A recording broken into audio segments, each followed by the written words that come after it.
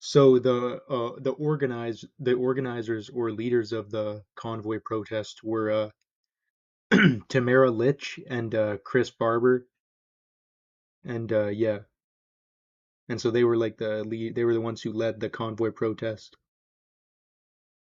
And there was also elements of the Conservative Party, and there was also the People's Party of Canada, uh, led by a French guy. His name was and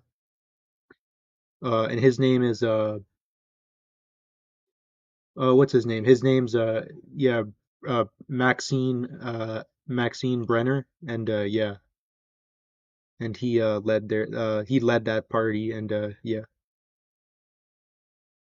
and then uh and then there was a lot of truckers, and I guess some of them refused to take the vaccine, and then so they um some of them some of them, a little bit of them started protesting, and then they became a bit bigger into like a few different like convoys, and then they went to Ottawa to protest like the mask mandate and lockdowns basically. And then so they were there for like 3 weeks, I think. And yeah, and they were kind of just being noisy there. They were there for like 3 weeks. And yeah, and there was like a bit of stuff that happened. And there was also the main bridge to like the main bridge or like area that like resources from the US come into here. That was blocked off by the protesters as well. And uh and then a lot of or no, and then Trump basically he said that like, he said that he was proud of like what like the truckers are doing and what they're doing basically. So it was basically an extension of like Trumpism and like what he was doing, and he wanted like, and that he kind of wanted that, I guess. And yeah, and it was mainly the few other people that were there. You had like what's his name? Uh uh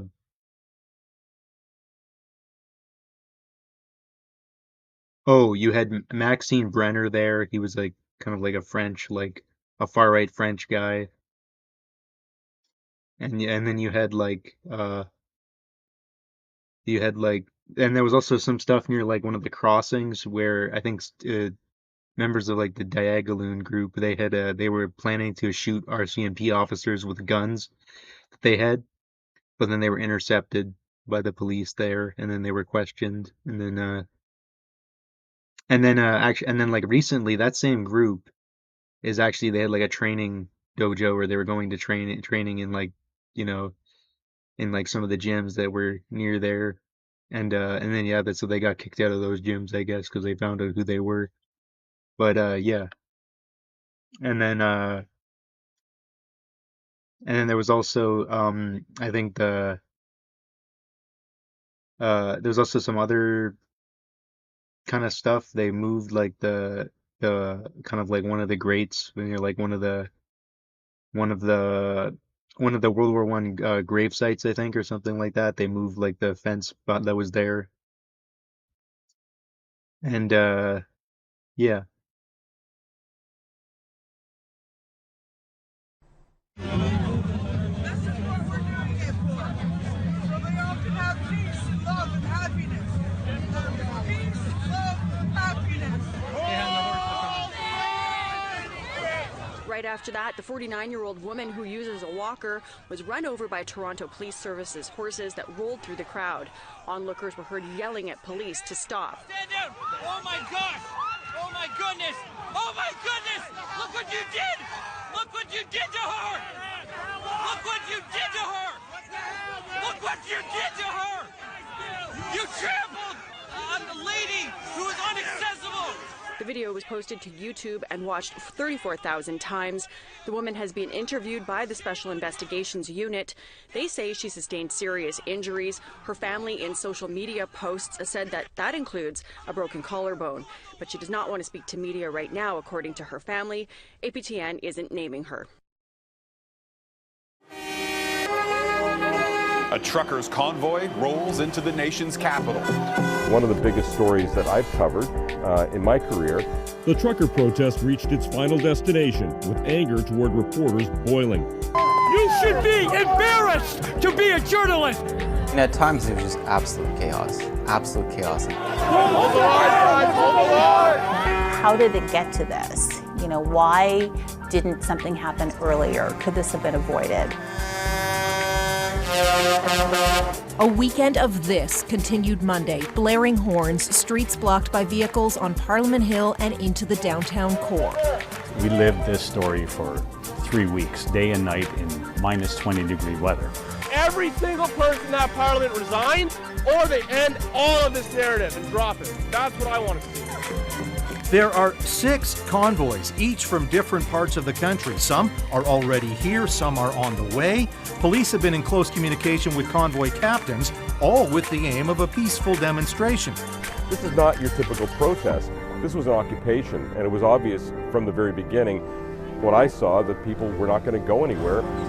Can you imagine if you or I parked a vehicle in front of the West Block of Parliament Hill, took all the wheels off, lit a fire to stay warm, and started serving food? How long would that last? 5 minutes? 10 minutes? This went on for 3 weeks. This week on the West Block, protesters bring their fight against COVID restrictions to Ottawa. As we were recording that first weekend, all you could hear were the truck sounds of the horns right through the studio, bleeding through the studio. And you can probably hear it on the streets below. It has been a weekend like few others. It was a very tense environment to walk into, especially those of us who had a camera. I think for camera operators especially, they were that much more visible in the crowd. You've told lie after lie after lie.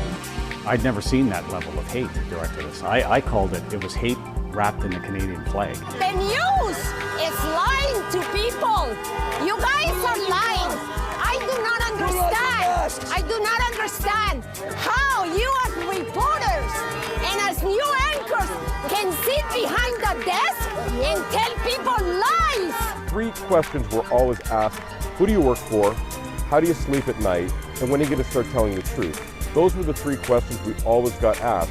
And it wasn't being asked in a nice way. It was hard to convey, I think, sometimes, the image that people would see of this party atmosphere, but the reality when you're out there on the street was very, very different. Businesses near Parliament Hill, including Ontario provincial liquor stores, would not even open their doors Sunday after protesters the night before verbally and physically assaulted staff for trying to enforce the very public health rules on mask wearing and vaccine passports that the protesters are here to overturn. One group stormed a nearby shelter, assaulted a security guard, and stole meals that had been prepared for the homeless. This was the first time when a news team that I've been a part of has had to have regular security. Do the truth instead of lies. I'm not used to going out with a security guard to be able to be there to protect us. This was completely different from anything I'd ever experienced. Many people seemed convinced that we were out to distort what they were saying, which is not at all how we do our job. Our job is to report the news and to tell the story. So I think we tried to do that as best we could under these really challenging and difficult circumstances and situations.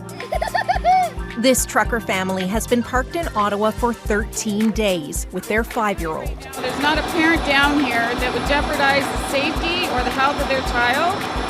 We brought them down here so that they can be proud of the moment. There is more than one point of view, so we listened, we tried to reflect the both sides of the story and all sides of the story in our broadcast and online coverage. We were right on the front line of the protesters when the police were moving in by the Rideau Centre, and I'll never forget that moment for the rest of my career as a journalist, because it was, you felt like that's exactly where you needed to be to tell the story properly, and yet being very aware of the volatility of that situation and just how hostile and aggressive things were. Now we have all these additional people who have come here today. And you got to remember that yesterday the police told people not to come to the community. They said that people should not, in fact, come because there would be problems. And they tried to cut off access here by virtue of checkpoints. The day after Ottawa was wrapped up, we were in the Byward Market. The cameraman and I were doing some interviews with people, and people came up to us and thanked us. They said, thank you for telling the rest of the country what we've been going through here, and they were just so relieved, they told us, that they felt that they had their city back. And yeah, and then the convoy stayed there for about 3 weeks, I think, or something. And yeah,